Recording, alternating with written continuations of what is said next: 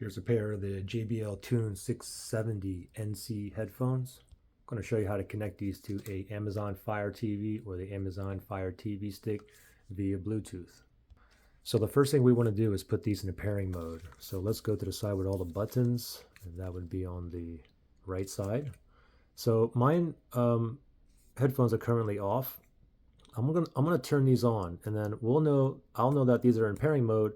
Once I turn it on, it'll say pairing, and also the light down here will be blinking blue. Okay, so let's see what happens. I'm gonna go ahead and turn it on. Power on. Power on. Connected. Oh, mine said connected. It didn't say pairing, and I don't get a blue blinking light. I get a solid blue light on there, and then it just goes off. Okay, so I'm actually connected to one of my phones.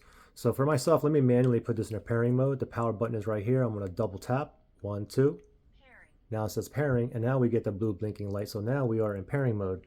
So now we'll show it over to our Fire TV here, and just click on the home button here, go to the home screen, and you want to navigate to the settings. So we're going to go all the way over to that right there, and then from here, just go down, and we're going to go down to controllers and Bluetooth devices. Let's select that. Let's go all the way down to other Bluetooth devices. Now we got to go all the way down to add Bluetooth devices. You can see I have other headphones and earbuds already paired to this TV.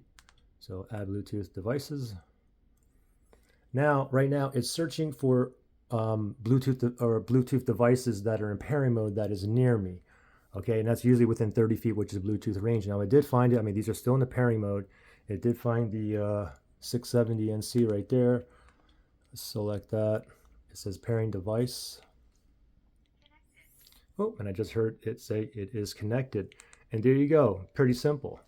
We're connected and ready to go. Now, if you had any kind of issues, couldn't put it in pairing mode or couldn't connect or connection issues, you can always factory reset these. If you need to do that, look below for that link in the description area.